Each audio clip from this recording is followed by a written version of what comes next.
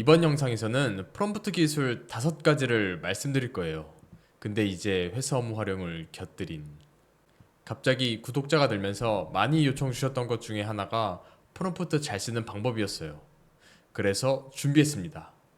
일을 하든 운동을 하든 게임을 하든 무언가를 하는 데 있어서 그냥 하는 것보다는 몇 가지 주요 기술들을 쓰면서 하는 게 훨씬 더 재밌잖아요.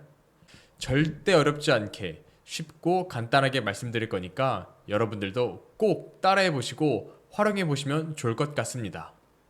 그럼 시작하겠습니다. 첫 번째, 샷. 샷에 여러 가지 뜻이 있지만 여기에서 샷은 힌트, 예시로 생각하시면 됩니다. 제로샷. 아무런 힌트나 예시 없이 물어보는 것을 제로샷. 한 개의 예시를 주고 물어보는 것은 원샷.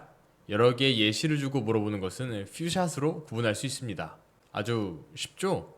그러면 보고서 피드백을 예시로 먼저 제로샷을 해보도록 하겠습니다.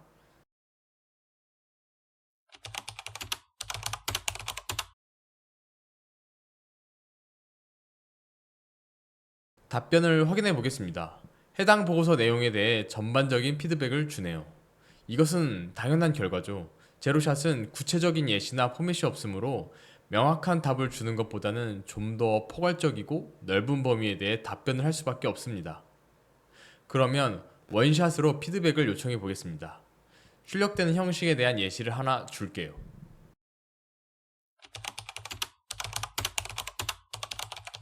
문제점과 해결책에 대한 예시를 한번 원샷으로 줘보도록 하겠습니다.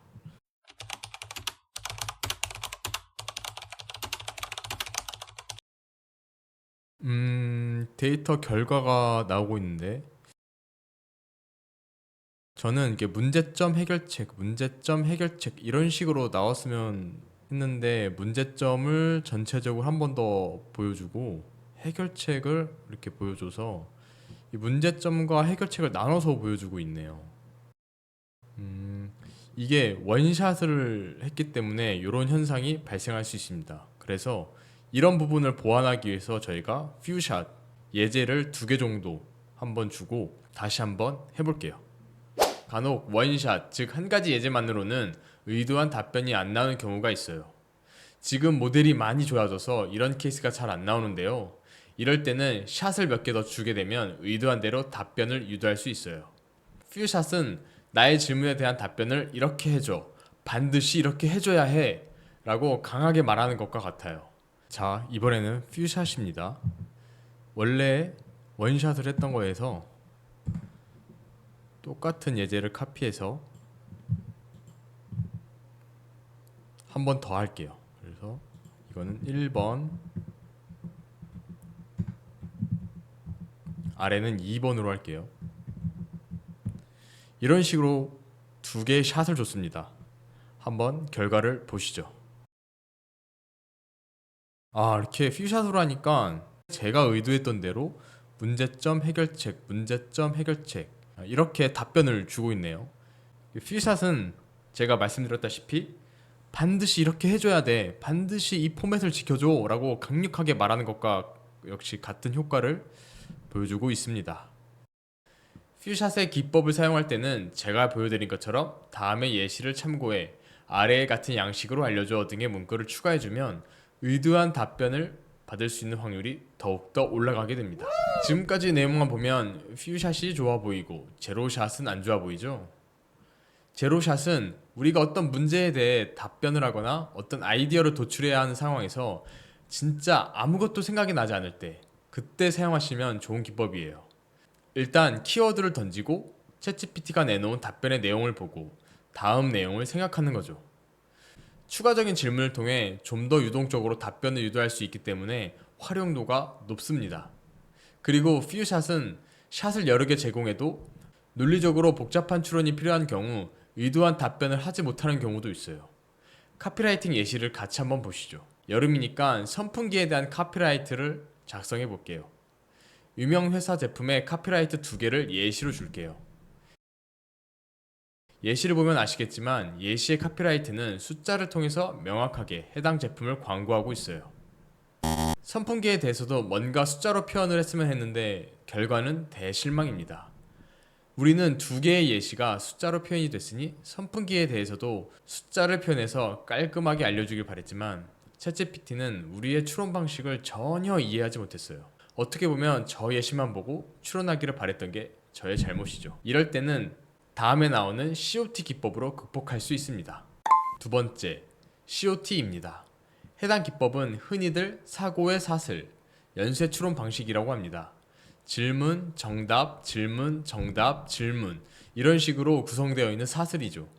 이 기법은 우리의 질문에 대해 곧바로 답을 요구하는 것이 아니라 답을 얻기 위해 생략된 과정을 프롬프트에 추가하여 답이 나오는 논리적인 추론 과정을 챗GPT가 참조할 수 있도록 하는 기법입니다. 말이 좀 어렵고 복잡하다고 생각할 수도 있는데 간단히 한마디로 말씀드리면 어떻게 이 답이 도출됐는지 반대로 우리가 챗GPT한테 알려주는 겁니다. 퓨샷에서 실패했던 카피라이트를 COT 기법으로 한번 해볼게요. 이번에는 아까 실패했던 카피라이트를 COT 기법을 활용해서 제가 좀 더 프롬프트를 자세하게 써봤습니다.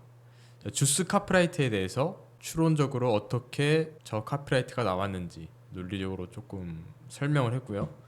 그리고 건강보조식품 카피라이트에 대해서도 어떻게 저 카피라이트가 나왔는지 추론할 수 있는 이 근거들을, 논리적 근거들을 넣어줬어요. 그럼 한번 답변을 확인해 보도록 하겠습니다. 오, 이번에 답변 보니까 정확하게 앞에도 숫자를 넣어서 뒷문장에도 숫자를 넣어서 이렇게 완벽하게 표현을 해줬습니다. 저희가 원한 답변은 이거였죠. 3배 더 강력한 바람 50% 전기 절약. 그러면 신기하니까 한 몇 가지 더 알려달라고 해볼게요. 그럼 3가지 정도만. 오, 자세하게 아주 알려주고 있죠. 앞문장도 숫자가 들어가 있고 뒷문장에도 숫자가 들어가 있어서 정확하게 저희가 원하는 대로 잘 답변을 해주고 있습니다. 어때요? 프롬프트는 좀 복잡하지만 원하는 답변이 나왔어요. 이 기법은 특히 산술, 수학 문제나 논리적인 추론이 좀 많이 들어가 있는 작업의 성능을 많이 높여줍니다. 예제를 하나 더 볼게요. 챗GPT가 수학 문제에 약한 거 다들 아시죠? 그래서 수학적인 계산이 필요한 예시를 한번 살펴보도록 하겠습니다. 이번에는 24년도 8월의 매출이 얼마인지 한번 계산해 보라고 한번 해볼게요. COT 기법을 사용했습니다. 네, 보시면 아시겠지만 정확하게 저희가 의도한 대로 답변을 구했어요. 추론에 대한 내용을 바탕으로 정확하게 1.12%를 곱했죠. 10% 플러스 2%니까요. 당연한 결과 아니냐고요? 그냥 한번 물어볼게요. 자, 어떠신가요? 완전히 다른 답변을 내놨습니다. 아까 COT 프롬프트보다 제가 더 자세한 정보를 줬어요. COT 기법을 쓰지 않아도 해당 내용을 보고도 추론을 할 수 있도록. 저희가 원래 원하던 답변은 10% 플러스 2%여서 총 12%가 증가한 거죠. 그러니까 1.12를 곱해야 됩니다. 근데 보시면 아시겠지만 전혀 다른 방법으로 계산을 했어요. 혹시나 했는데 역시나 틀렸습니다. COT 기법은 프롬프트 작성할 때 손이 너무 많이 간다는 단점이 있습니다. 논리적으로 추론 방법을 설명해야 하니 프롬프트 쓰다가 시간이 다 가버립니다. 추론이 명확하지 않으면 원하는 결과를 얻기가 힘들거든요. 그래서 이 기법은 한번 고생해서 만들어 놓고 나만의 GPT를 만들어서 쓰면 정말 좋을 것 같다는 생각이 들더라고요. 세 번째, 제로샷 플러스 COT입니다. COT 기법 프롬프트 쓰기 힘들고 나만의 GPT 기술도 만들기 귀찮고 어렵다 하시는 분들은 제로샷 플러스 COT 기법 사용을 추천해드립니다. 사용 방법도 아주 간단합니다. 질문 뒤에 Let's think step by step 이 문장만 넣어주시면 됩니다. 자, 아까 틀렸던 프롬프트에다가 한 문장을 추가했습니다. 어떻게 나오는지 한번 보시죠. 보셨나요? 복잡하게 COT 기법을 쓰지 않고 그냥 Let's think step by step 이 한 문장만 넣어서 제로샷 플러스 COT 기법을 통해서 정답을 도출해 냈습니다. 자, 어떤가요? 정답을 맞췄습니다. 그런데 원래 COT 기법이 정답률 100%라고 하면 해당 방식은 정답률이 한 70% 정도 되는 것 같아요. COT 기법을 안 쓰면 정답률이 한 5%도 안 되는 것 같습니다. 제가 테스트했을 때는 이렇게 나왔어요. 네 번째는 멀티 페르소나입니다. 챗GPT 프롬프트 기술하면 가장 먼저 떠오르시는 게 아마 페르소나 기법일 거예요. 챗GPT에게 역할을 부여해서 그 역할을 수행하는 사람처럼 대답하는 기술이죠. 아마 이 영상을 보시는 모든 분들이 해보셨을 거예요. 그런데 이 페르소나를 한 명이 아닌 여러 명에게 줄 수 있다는 거 알고 계셨나요? 이 기법은 여러 등장인물들이 서로 토론하며 상호작용하도록 함으로써 새로운 답변을 얻어낼 수 있습니다. 예시를 한번 보시죠. 저는 이제 코로나 이후부터 실행된 재택근무에 대해서 토론을 하는 설정으로 한번 해보도록 하겠습니다. 제 멀티 페르소나의 등장인물은 총 3명이고요. 중립적인 입장을 가지신 분 한 분, 그리고 부정적인 입장을 가지신 분 한 분, 그리고 긍정적인 입장을 가지신 분 한 분입니다. 자, 이렇게 설정을 하고요.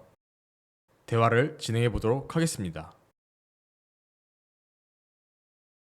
자, 자기들끼리 막 토론을 하고 있죠. B 팀장님도 의견을 내고 C 대리도 의견을 내고 A 팀장도 의견을 내고 지금 계속해서 자기들끼리 막 토론을 하고 있어요. 계속해서. 신기하죠? 세부 계획을 논의해 보자고 결론까지 냈어요. 자, 그럼 여기서 추가적으로 몇 가지 질문을 한번 더 해보도록 할게요. 여기서 대화를 좀 더 이어가고 싶으시면 이건 나레이션 기법으로 대화를 이어나갈 수 있습니다. 예를 들어서 좀 더 토론을 진행해 달라고 해볼게요.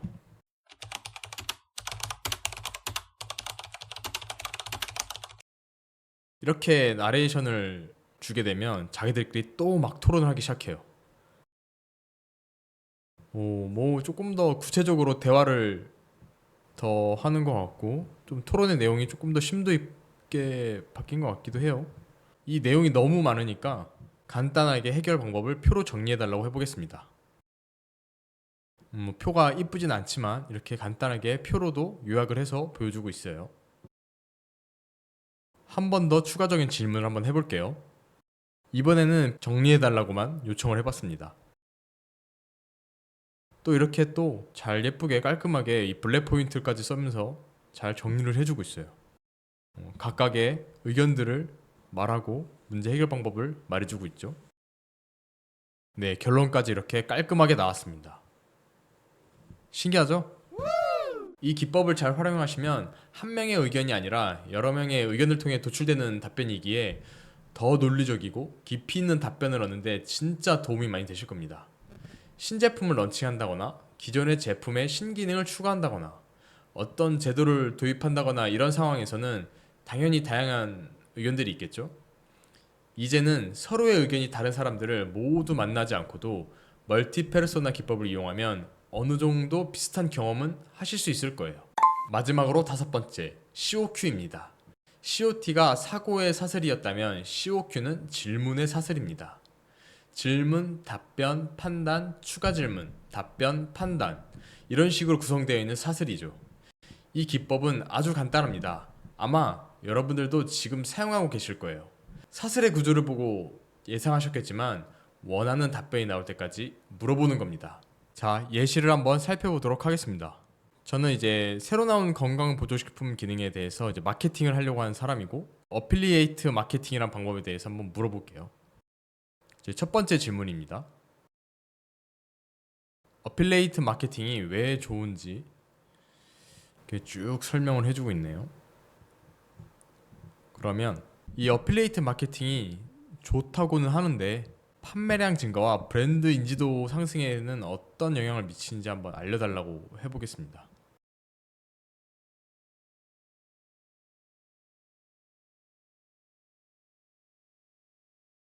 어필리에이트 마케팅을 사용하면 뭐 다른 마케팅보다 좀 좋다고 장점만은 너무 이렇게 강조해서 말해주고 있어요. 그래서 저는 한 번 더 질문을 해볼게요. 이번에는 페르소나를 한번 살짝 입혀서 질문을 해보도록 하겠습니다. 마케팅 전문가 입장으로서 위 답변에 어떤 문제가 있었는지 이렇게 쭉 설명을 해주고 있네요.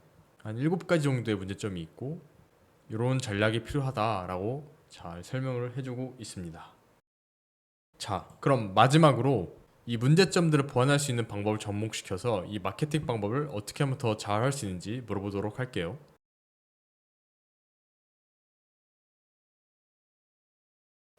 자, 이렇게 문제점 해결 방법, 문제점 해결 방법 이렇게 해서 이 해결하는 방법들을 아주 잘 제시해주고 있습니다.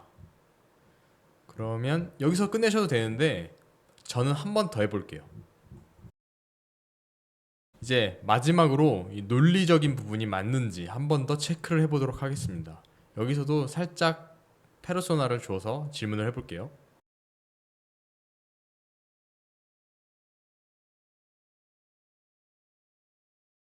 자, 이를 더욱더 효과적으로 적용하기 위해서 몇 가지 논리적 보완점을 고려할 수 있습니다 해가지고 마지막으로 한 번 더 논리적인 문제까지 보완해준 마케팅 방법을 말해주고 있습니다. 저는 간단히 질문만 했지만 이 기술은 앞서 말씀드린 프롬프트 기술들과 여러분이 알고 계신 기술들을 총동원하셔야 합니다.